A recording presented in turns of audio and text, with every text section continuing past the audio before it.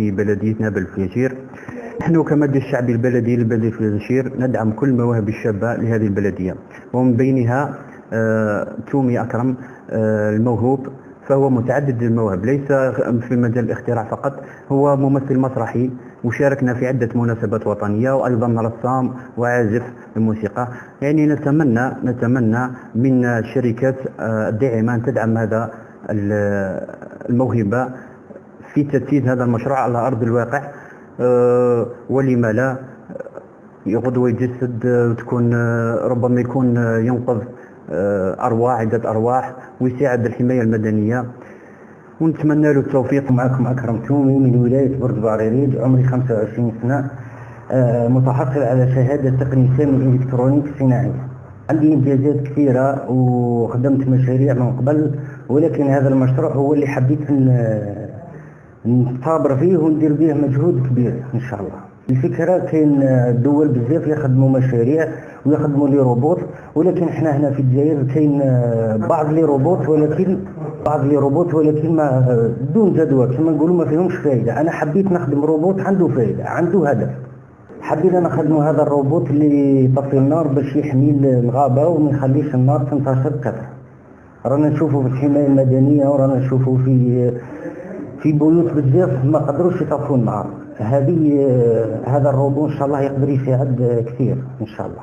الفكرة جاتني في 2022 لما شفنا الغابات تحترق بكثرة، وشفنا انتشار النار غير يتزايد، والحماية المدنية ما قدروش يطفوا هذا النيران اللي راح تلتهم في الغابات وفي كما صرا في الجاية وفي جيجل وغيرها.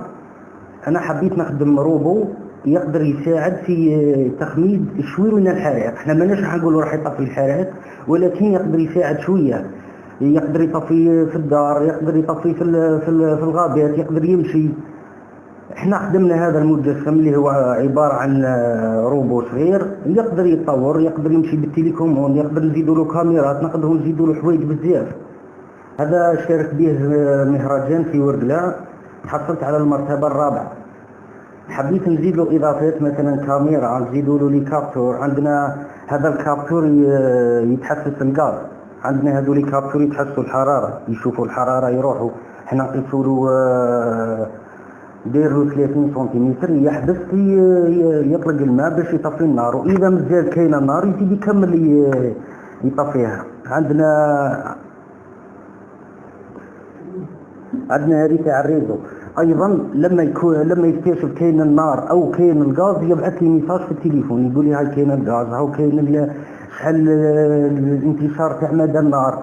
يقدر يفيدنا في حوايج بزاف. هذا الروم هذا جربناه شحال من مره، جربته صالح ونقدروا نبرمجوه في ارض الواقع. ما لقيناش الايادي اللي تساعدنا باش نقدروا نخدموه كبير.